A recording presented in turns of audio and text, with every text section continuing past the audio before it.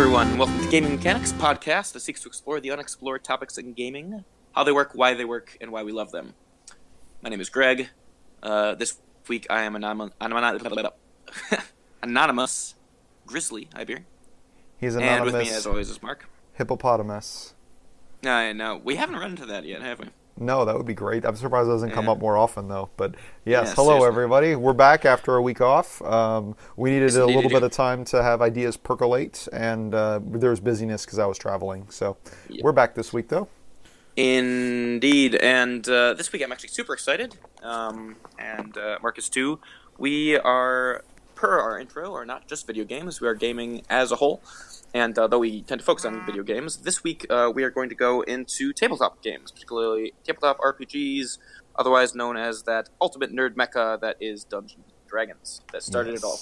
Seriously, unfortunately, it has a lot of stigma around it.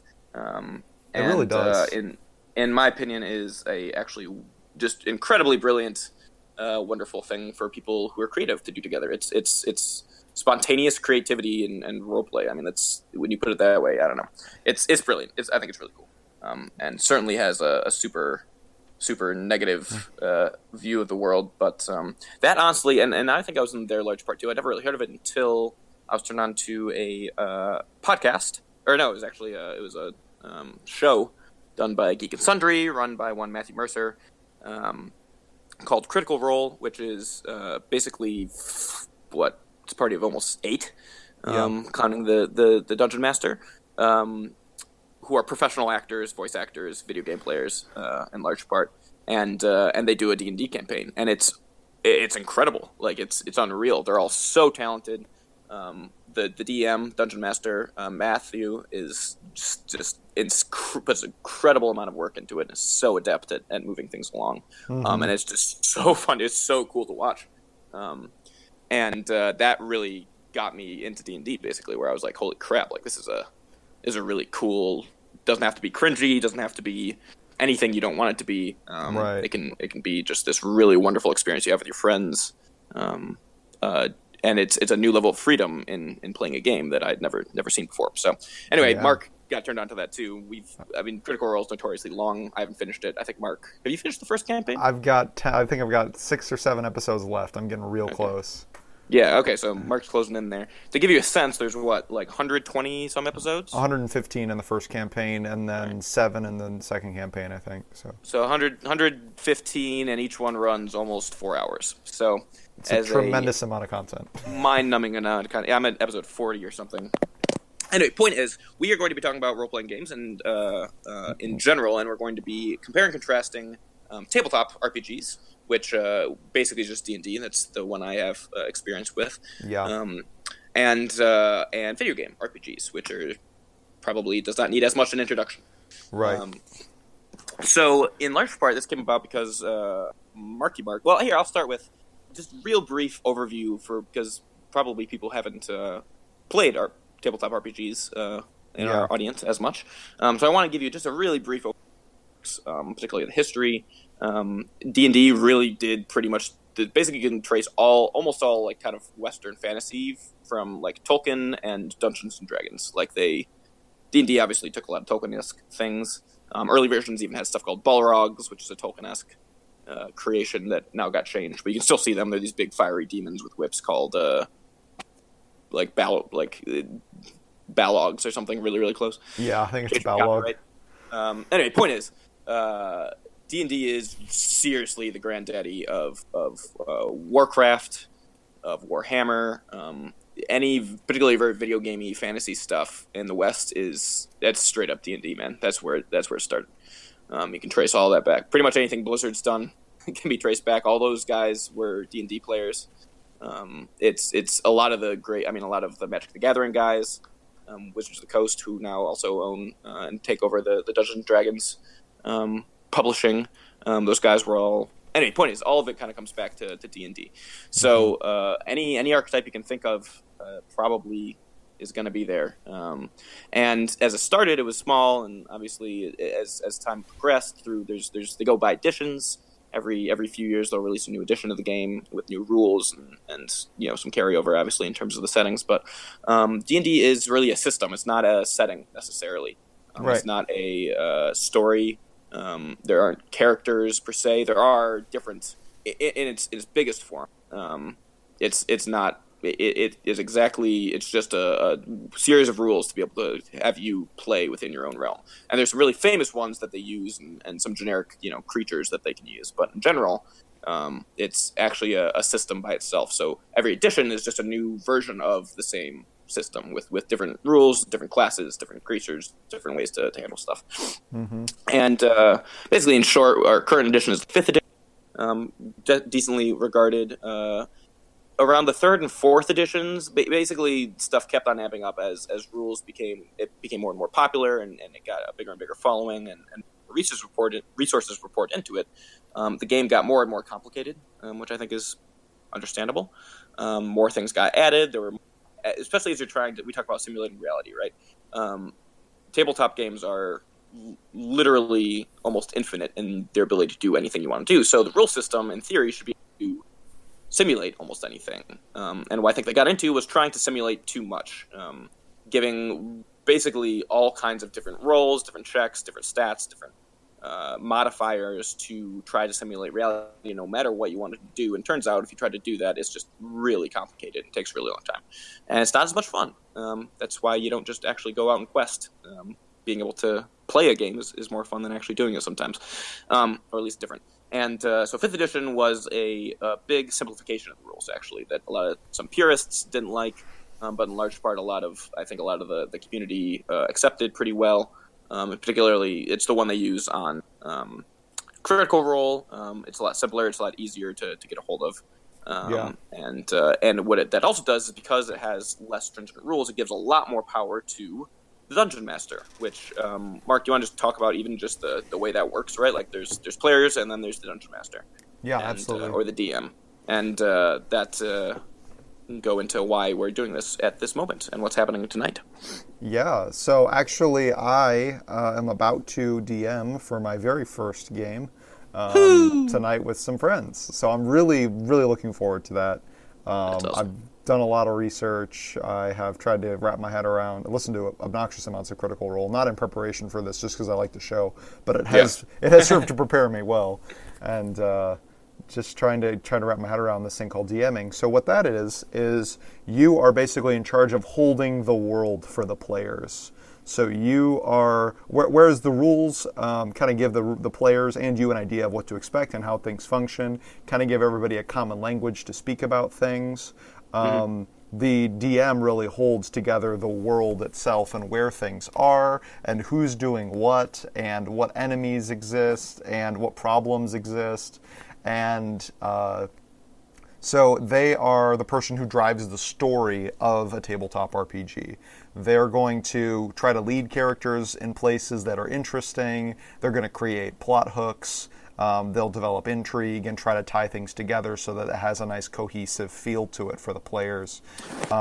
And so the players don't really have to know what's going on in the moment. Their job in a tabletop RPG is just to play their character and to figure out what would their player do in the situation and then to do it. And it's the DM's job to take all of these people being true to their character and try to weave it into something that is enjoyable for the players. Yeah, I mean, so their DMs are equal parts referee, they're equal parts narrator, scorekeeper. They're the AI. They control every other character in the world that isn't a player character. Right, which does include enemies that you're fighting in combat. Yep, exactly. Yep, he rolls for them. So the DM is a very different. They requires incredible amounts of preparation and a lot of ability to improvise. Player characters obviously just kind of get to inhabit and they get to make choices. The DM has to decide what those choices, how they have an effect on the rest of the world, if they're allowed to do certain things, the way that they get to do them. And the really cool thing is that basically a good DM, bad DM can really ruin things. Good DM is the best thing in the world because, like I said, with that limiting of the rule system, particularly with 5th, they couldn't just...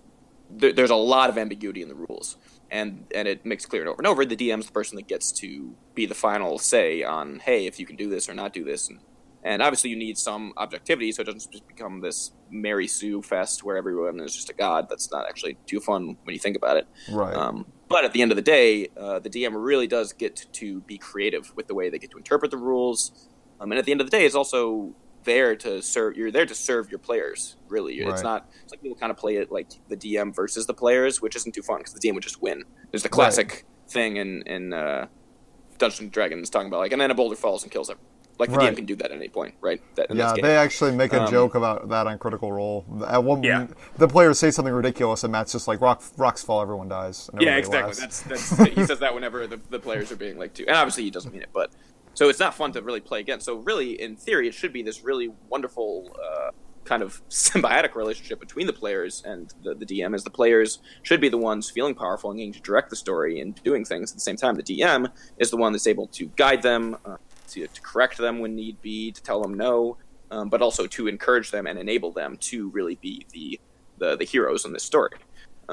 So it is really kind of a thing where they work together, and it's a fascinating task. It brings into play, like I said, it brings into play social skills, brings into play preparation, improvisation, Voice acting.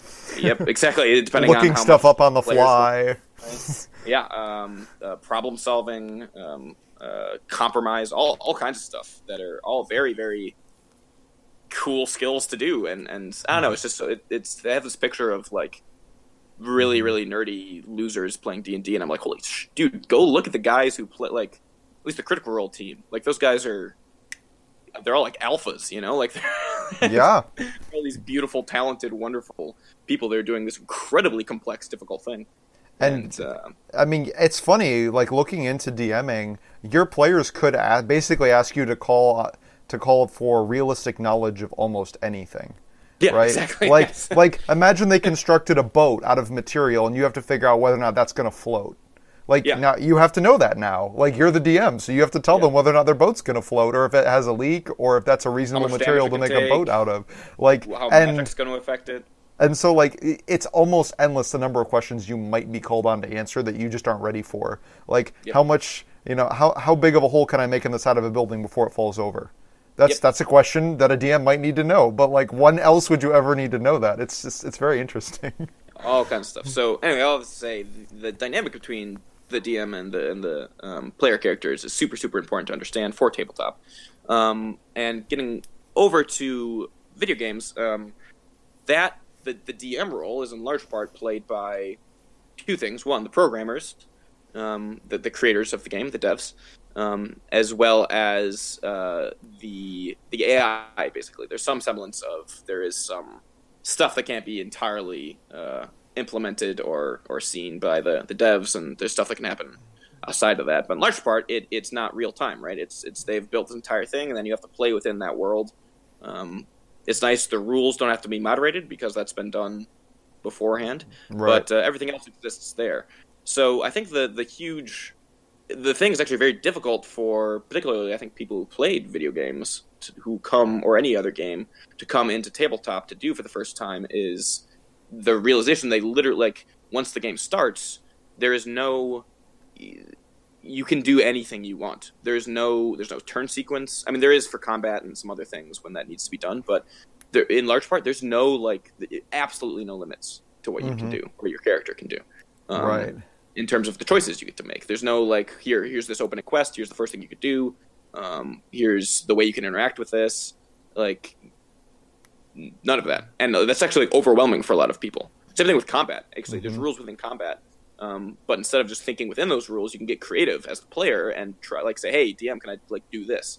And if the DM says yes, then you can. Then you've pulled off this awesome thing. You can't like in a game, you can't like be creative, right? You can only be as creative as the game lets you be. Right. Tabletop, not so.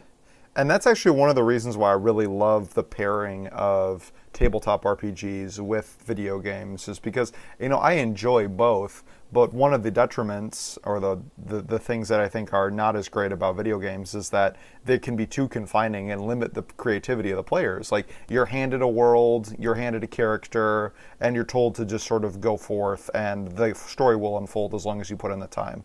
And I guess it feels not as open-ended, not as creative as doing something like a tabletop RPG. So I like when people get to engage in that creative muscle.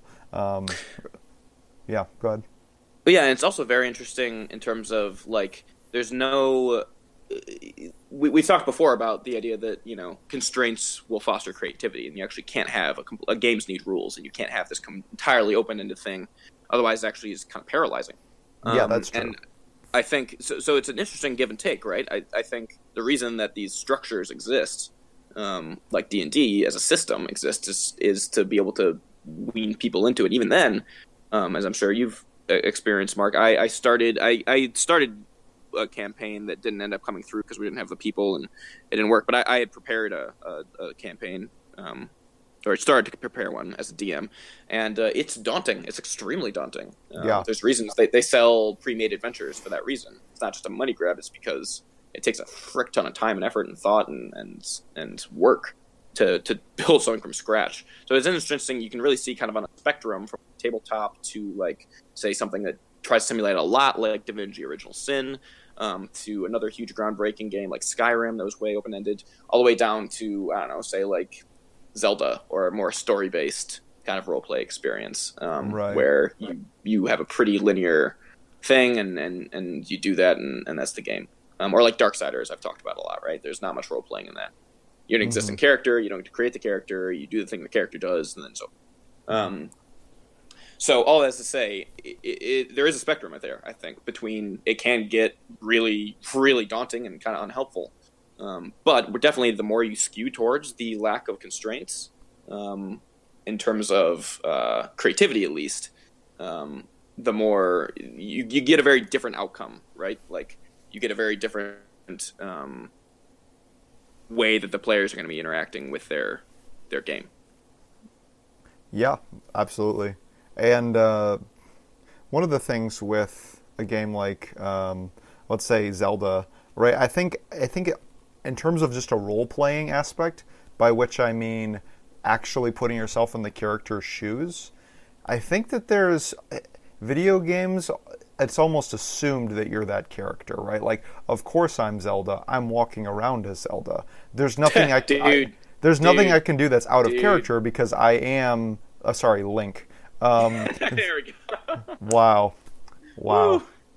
Okay. I would like one Pokemon, please. Yes. Wow, that was anyway. Okay, so going back to what I was saying. Oh, don't worry. Remember I said Ready Player 2 last time? Yeah, like what? Trying to reference. No, we've lost all credibility many times over, so just stick with it. It's fine. Anyway, so there's a sense of, like, of course I'm Link. Like, I'm walking around as Link. That's my avatar. Of course I'm Halo. Of course I'm Look at Halo. People don't think I know who Halo is. So, I swear I'm making an intelligent point here. I know, I'm so sorry. You are. So, there's sort of this, I take for granted that I'm role-playing this character, even if I act in ways that are out of character. Like, Link, would he kill, a random animal, like a chicken? I don't think so. That doesn't really seem to be in character for him. I haven't seen anything in the story that makes me think that Link would just go out and murder an animal without any prompting. Suggested a man raised in the forest, yeah. But, you can do that in the game, and the chickens come after you, and, it's kind of a joke in Ocarina of Time that, don't anger the chickens or they'll kill you. But, like, you can do things that are out of character, and I think it feels less out of character because you're looking at the character doing that. Whereas in an RPG, it's up to you to maintain the integrity of the character. Yeah, there's nothing past that. And in some ways, everything you do is in character. I mean, you can play in a tabletop. In tabletop, you can do this completely incoherent character, and that's actually a problem called metagaming in tabletop, which is in large part not acting in the way that your character actually would, but acting in the way that you as a human can see, removed as the best way to do this thing. Right. Which is discouraged a lot of times in role-playing games, or tabletop at least, because that kind of undermines a lot of that's more playing it like min-maxing, trying to just beat the game, as opposed to actually role-play in it. Right. And so you can, like I said, there's a spectrum there too, but in large part, everything you do is character-defining, and you have those choices. So it is going to be in character, depending on what you do. And you do have the freedom to go kill a chicken. And then someone going to be like, dude, what the heck did you do? Why did you do that? And then you can be like, try to respond in character and be like, why did I do that? Right. It's little stuff like that, that you can actually begin to, and that in turn builds upon itself. It's kind of self-propagating, which is kind of the beauty of that. And like I said, that type of being on that far spectrum of having that much freedom begins to give a different like goal to the game. I think we were talking about kind of like end games or like what it looks like to conclude a campaign of D&D or tabletop versus ending a video game RPG.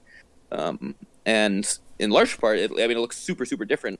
And I think the reason for that is this scale that we've been talking about. I want to talk a little bit about just kind of like, what most RPGs tend to devolve into on for video games. Yeah, well, I think at the end of a video game, my attention when I've played RPGs is mostly on getting the right stats, getting like the best weapon in the game, and going and killing the baddies, or just feeling powerful. It almost becomes like a runaway power fantasy where it's just like, how high can I boost my stats? Like, how many guys can I just like one shot and roll over? How high can you grind, basically, right? Yeah, exactly. It becomes very focused on the grind, which is too bad because that's the point at which you have been with the character for the longest.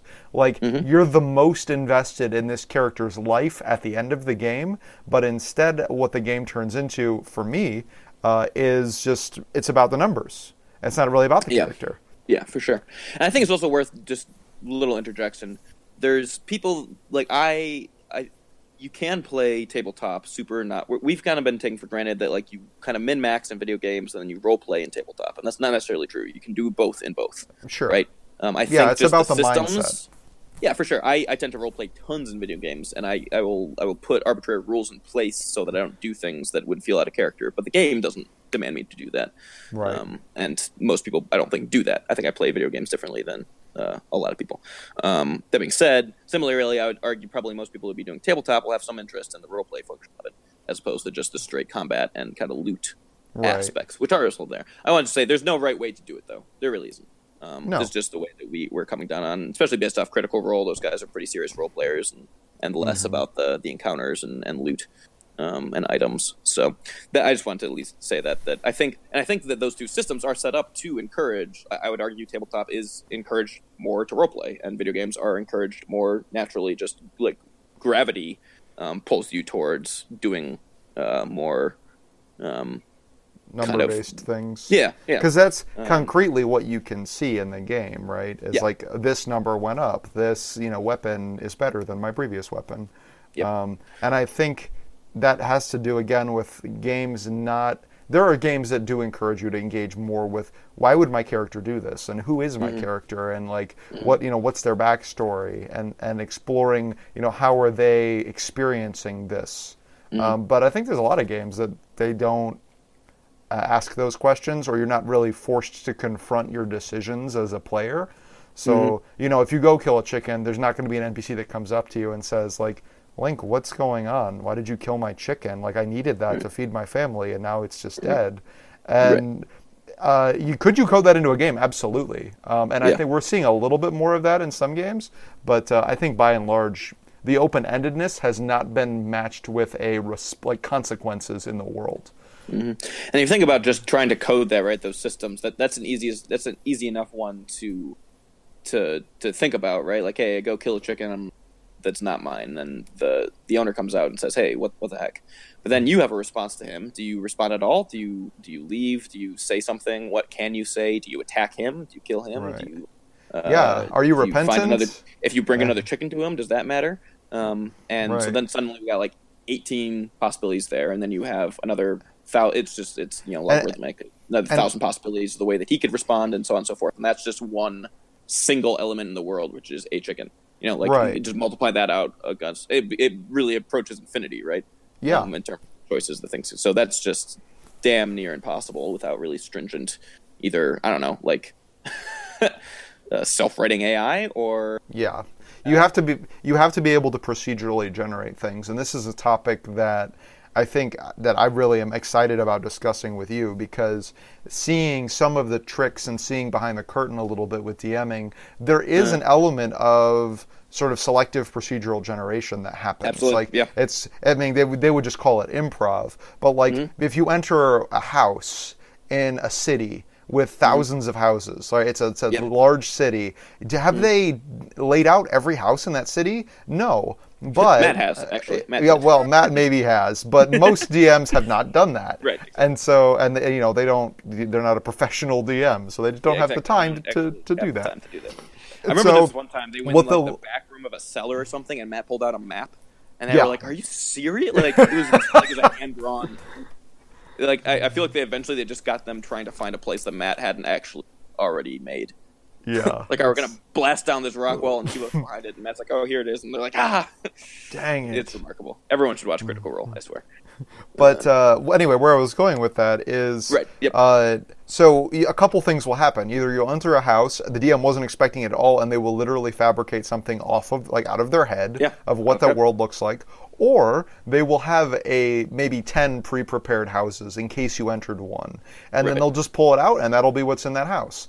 And that's sort of a form of procedural generation because that setting didn't exist in that house until the players entered it, and then it was associated, right? So there's these random houses floating in the ether, and they get associated with locations as the player shows up to them.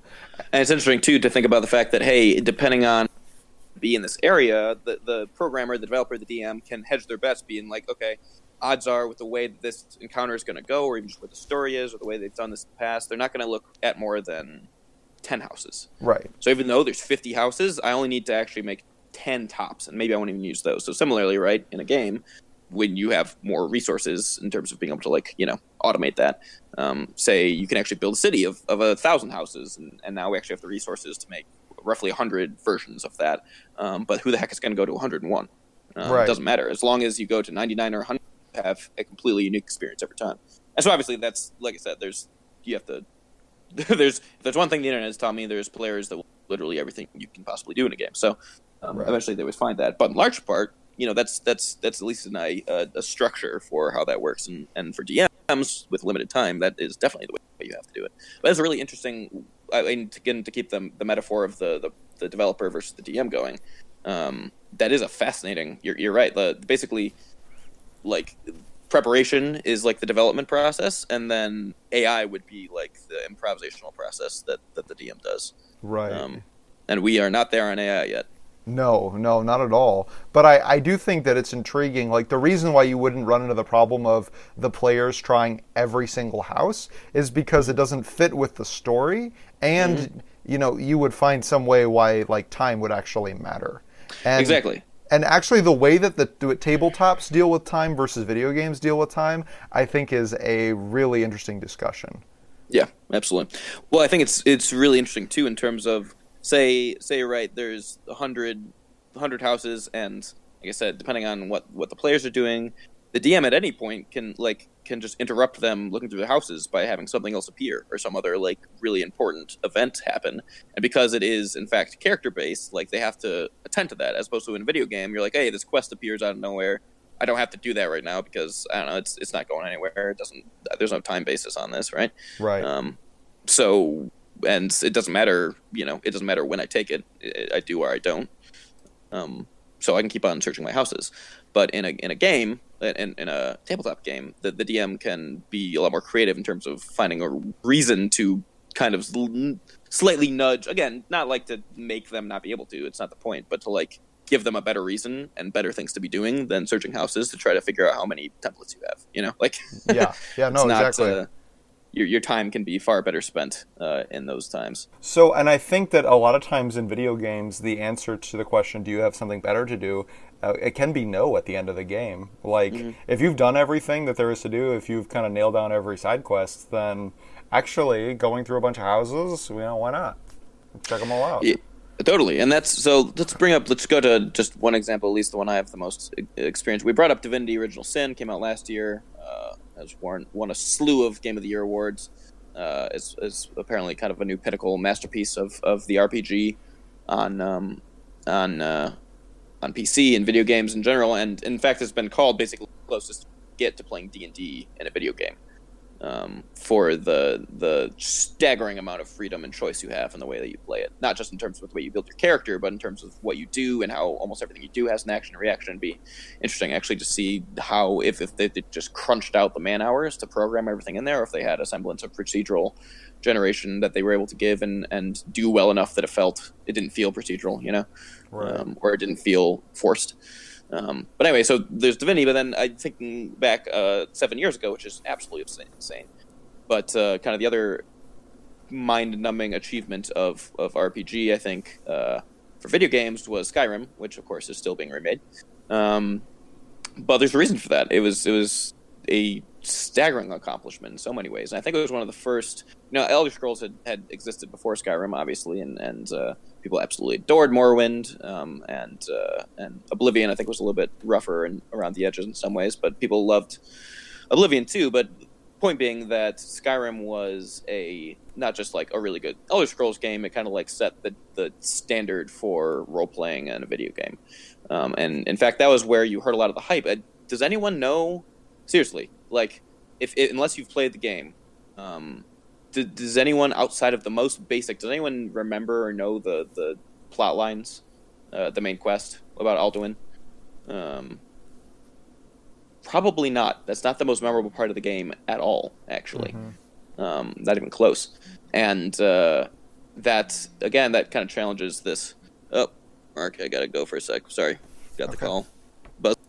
Yeah, no, I don't think it was the most memorable part of the game. And I think instead what people remember are things like side quests, maybe little small adventures that people got taken on. And all right, I'm back. Telemarketer. Well, I was just saying that, I don't think that those were the most memorable parts of the game. I think there are specific side quests and things that are memorable. But those are really or mods potentially. But being able to explore the world and sort of just get to know this land that's been created that is so vast and has all these people and all these towns and all these little caves and secrets. I think that's what that experience is more memorable than any one story beat. And yeah, exactly. And that was my point being exactly that, was that in large part when you still see stuff about Skyrim, it's not, no one's posting videos of them beating Alduin again. Like it's all these crazy weird things, and obviously the mod scene took that to a new level. But before that, I think I've told a story on the cast before, but the one where I was trolling one of the giants with my bow and kept on running backwards, and my horse was there, and then have I told that one? Yeah, you have. Yeah, right. And then my horse abandons me at the last moment, like just for whatever reason, I don't know. Maybe it just finally got close enough to the giant that it like triggered the panic, like executable, and it just ran away, and I got murdered by the giant. And like that's my fondest Skyrim memory. So it's a super simple thing, not one of the time. There's all kinds of other stories that I have that were hilarious and fun. And but anyway, that's the thing that's lasted all these years, not necessarily the other sides of it. So I think there is something to be said for. And I think the reason for that is kind of going back to kind of the end game stuff and progression even as a whole. Again, these are all generalized terms, but that instance where my horse abandoned me changed my relationship to my horse for the rest of the game. Right. Like I and of course I'm choosing to do this, but like I didn't trust my horse as much, and I would speak. I verbally abused him for the rest of the campaign as I was just hating on him, and we had a love-hate relationship, and it was great. Right, and a tabletop. But that was like progress, right? That was progression. Like I didn't get anything in the game. Nothing changed about. I mean, I actually died, right? I lost something, right? And yet I had gained this experience that felt like I was farther. When I turned off the console at the end of the day, I felt like I had like accomplished something, or I'd really moved forward, and I was excited to come back. And not because I'd gotten a new sword, or not because I had leveled up speech finally. Is because I had experienced something. I now had a new piece of my character to play with, and in my relationship with my horse. Yeah, it's character progression in a very literal sense. Yeah, exactly. And tabletops are generally the same thing, right? I mean, there's a balance, as like I said, with anything, particularly figuring out how to not overpower your characters by having them stuff, but finding stuff and powering up feels good still. And tabletop, obviously, finding new, and of course the same thing, right? Like you kind of get get a new item in a video game and you figure out all the ways you can use it, and it probably has like 1 or 2 uses, and that's it. Similarly, in tabletop, when you get an item suddenly that lets you say, like, you know, the Boots of Haste, right? That is used a lot in Critical Role. Right. They're pretty simple. They have a simple effect that gives 4 actions, but also allows a few other effects in terms of movement. And so the fun with that item is that then the characters get to find all the new ways to use this item that they hadn't, and can be creative with it. There's no just like kind of stat increase part of it. It fundamentally changes the way they get to like approach everything, including role playing and combat and exploration and all that jazz. So I don't know, just items go a lot farther, I feel like, in a tabletop game. You need less of them because you can be creative with the ones you have. They function more like tools, than just stat increases. So. But going back to your story with the horse, I was just trying to think of, as a DM, how you might accentuate or play off of an event like that. And you know, you could periodically remind the character, you know, of that event or something that happened with your horse, or you know, you could have any number of ways to sort of hint at the player that maybe their relationship with the horse isn't quite what it used to be. I mean, in the really extreme cases, you could like change the horse's alignment or something to like chaotic, you could literally make the horse like but... a shapeshifter that's infiltrated your group and is like an agent. Right, and it's trying to actually kill you. It left intentionally. Exactly. Right, from who's the rat Scabbers in Harry Potter? Peter Pettigrew? Wormtail. Something like that, right? Like totally you had not been thinking of that, but then that one event happens and you're like, dude, no, I could like retroactively write this horse as like a sentient spy who saw his chance and took it. And obviously there's here's an interesting one. I hadn't even thought of this. We can just riff on this a little bit. But death is handled way differently in tabletop versus video games. Like pretty much black and white. In large part, there is no, depending on the DM, but in general, you want death to give weight to all these important character interactions, because it's not just all these numbers and items and grind. You need your characters to feel like they're in danger. You need actually some weight to your encounters. Right. And to do that, you have to make death very, very serious. There's a few super high-level spells that can bring back people from the dead. They've made death pretty hard to achieve for the player character. Well, especially for higher level characters, yeah. And then, but past that, basically, if your character dies truly, then you re-roll. You have to start a new character. And I think it's important to bring up what you actually mentioned a second ago, which is the stats are kind of arbitrary. Like, if what was at risk is, oh no, I have to make a new wizard, and you know there'll be a slight stat penalty because that's what my DM wants. That's not really, that doesn't really capture what you lose when a character dies in a tabletop. Like, absolutely. At least in the way that I like to play tabletop RPGs and would advise people would play them, is that what you lose is that narrative, right? You lose that person's story. It's over now. And, you know, hopefully it was good and you have the memories of it, but you're no longer getting to embody that character. Right, and then intrinsically changes the way the rest of your characters are played, right? In terms of their relationships, the way they're going to handle stuff. Maybe someone really close used to be gentle, now is going to be really brutal, or going to be far more ruthless or merciless in the way that they handle situations, you know, that sort of thing. That's the other big part of it, right, too, is that in general, as we can talk about single-player RPGs, in video games, a tabletop game is an innately and intensely social experience, actually terrifyingly so. Yeah. It's oddly vulnerable to be at a tabletop experience and let people, if depending on how much you want to roleplay, you can either like literally voice your own characters. You can say, hey, my character says this or does this. You can separate yourself a little bit, which is certainly acceptable for newer players, because like I said, it's very kind of scary and vulnerable, and very much putting yourself out there if you're showing kind of the character you're trying to embody. And so yeah, it's an incredibly social thing, both in terms of just literally you, the human, sitting around a table trying to build the story with other people, but also in terms of the way that your characters are going to be acting. A lot of it is you don't make decisions in a vacuum, right? Very rarely will a single player be able to control the entire party. Right. You actually have to deal with decision making, which is again a huge difference from. I don't even know if there are again, Divinity did this in terms of it's kind of designed to be played as a party co-op. But most I feel like most intensive Western RPGs are single player. Yeah. Yeah, they are, and it's funny. We've actually done an episode about what can happen to story in MMOs, right? Right. Which is the what most people would think of when I say multiplayer RPGs. They would think of MMOs, and Right. unfortunately, the story takes a. It's not even like a backseat. It's like in the trunk. Like Right. Exactly. it's just Yeah. not that big of a part. Yeah. Yeah. No. Exactly. No, very much so. Which is really interesting that you can't do that.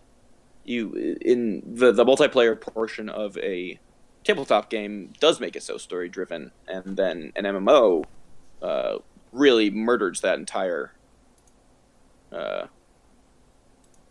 sequence of events. Like it does the Yeah, exact opposite. It's not like they're yeah. kind of similar, but in a video game it's a little bit harder. It's like no, an MMO truly is nearly impossible to make story driven. And we've discussed that, but I just think it's very interesting that, Yeah, um, I think it as comes you, back to the grind element. yeah, and I think like we've talked about world permanence before and how important Yep. that is Yep. for keeping an MMO consistent. But I Yep. don't just want to bash video games, so let's move on into talking about where I think video games really shine, which is combat in the two Oh different yeah. systems. Holy moly! I just came from. I was in Chicago over the weekend with a friend who has Shadow of War. I played a lot of Shadow of Mordor. I've talked about that. I'd never seen Shadow of War. I'd read reviews and seen some clips, but God Almighty, that's a pretty game, and it's so satisfying to play. It's. I know I had. We talked about it a little bit. The microtransactions are actually super super in the background. I was really pleased by that when I saw it, but holy crap, is it fun to play! Hmm. Um, and that is a non-negligible portion of the experience, man. Yeah, Is the the combat, combat. um, and obviously that's something that happens in tabletops too. You want to talk a little bit how combat is handled, because we've been talking about how large Yeah. part tabletop is going to be really open-ended until I think really the biggest point where it gets really kind of systemized and categorized and rule-based is combat encounters, And I think it's important to understand which makes tons why of sense, right? that happens. Right. Yeah, it does. It totally does. And the reason is because combat is happening faster than people can talk about it. That's the Right. really big shift. Right? So Yep. remember how I said that time for tables are hugely important in tabletop RPGs, and the way that they're handled in tabletop Yep. versus video games is a big deal. Yep. Everything in video games, aside from like if you have some sort of montage or like map travel screen, everything happens in real time.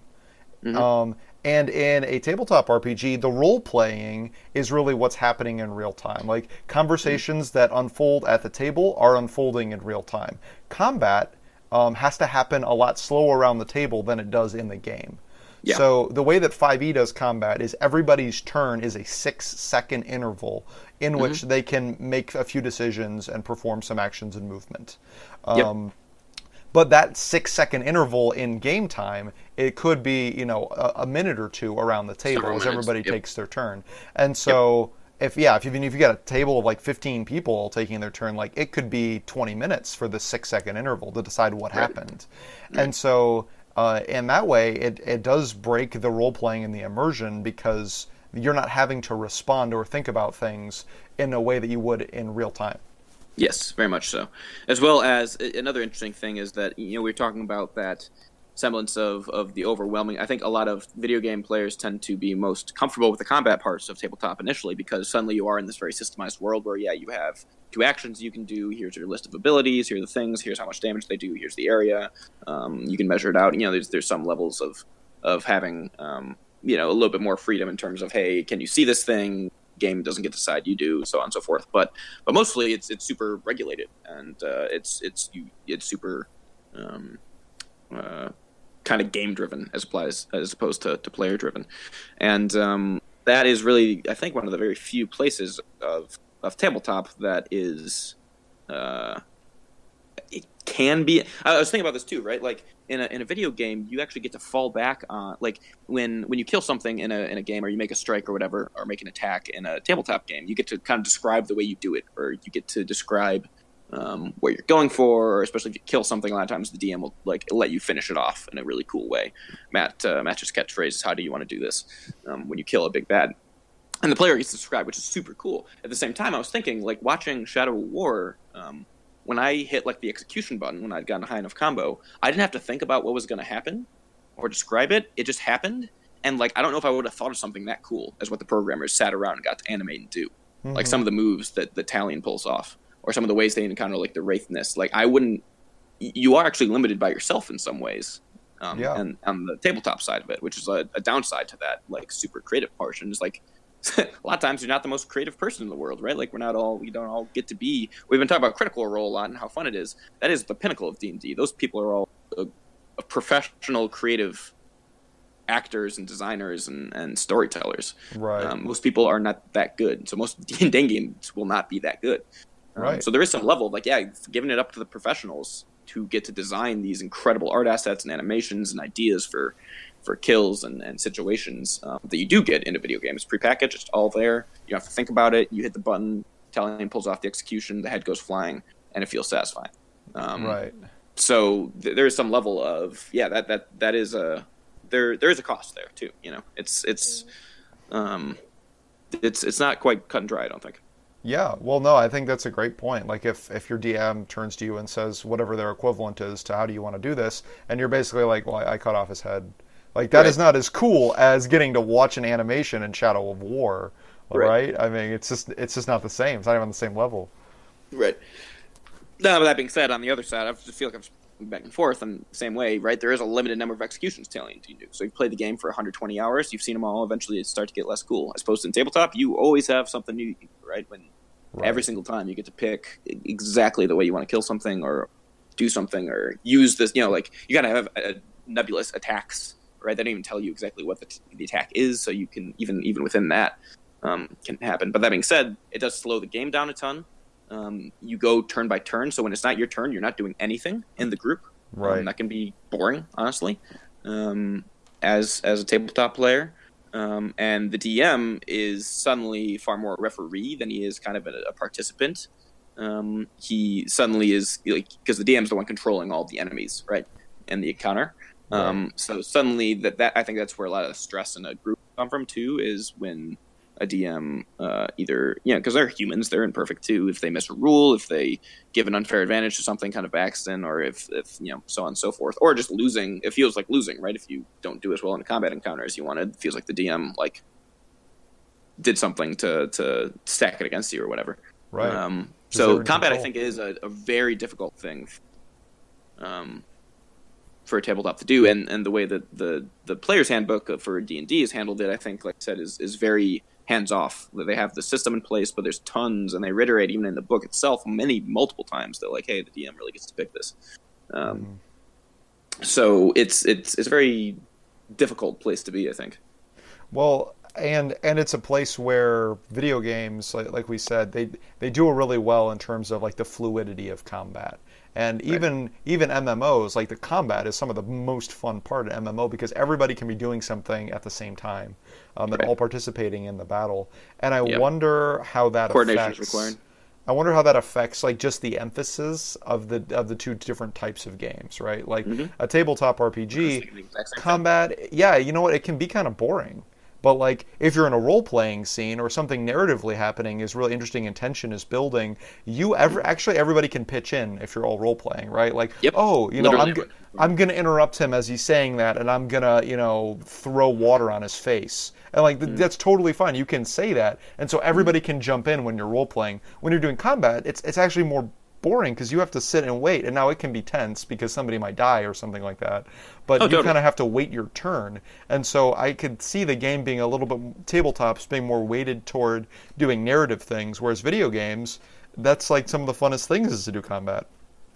And if you watch in the combat encounters, even Critical Role, they are the most stress, I think, is put on the DM in those times where he has to be managing all the enemies. He has to be thinking about what they're doing. Usually, like Matt puts on music to try to get it's a lot harder for him to engage his players during the combat times, and especially as they go longer and longer.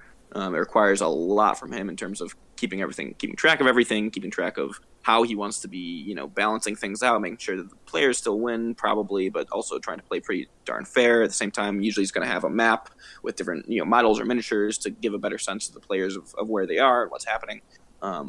Matt goes into, overdrive when they're doing that, as opposed to a role-playing encounter. If he's one person, or even just describing, he has to pitch in every now and then, say, oh, hey, here's what this place looks like. But in large part, the players are moving, which makes tons of sense, right? What do video games do well? They do that side of it. The developers got to put all of those systems into place. All the visuals, all the immersion, all the sound, all the real-time calculations. That's what computers are really good at doing. Right. And humans aren't as good at doing. So it makes tons of sense. And like you said, I love when you have the more interesting parts of the game, for tabletop being arguably the role-playing, the exploration, the creativity, and video games arguably, again, being kind of the visceral, real-time experience of getting to be a part of something, the sounds, the motions, the animations. Of course, you have to reward combat with one thing and role-playing with the other. So, of course, kind of those end games or those progressions are going to kind of conform to what we see, which is largely, I think, more loot for video games and more character-based intangibles for tabletop. Right. Yeah, absolutely. I think it almost seems like a really good wrap-up to our episode, right? Is like, yeah, we didn't even start necessarily with an idea of this is why tabletop RPGs are the way they are and this is why video games are the way they are. But I think looking at which one, what the strengths are of each one, like you said, systems in video games and relationship and role-playing in a tabletop game, and the things that people really enjoy and how those systems play out or those games play out really fall from their strengths. Yeah, absolutely. And like I said, those are spectrums for sure.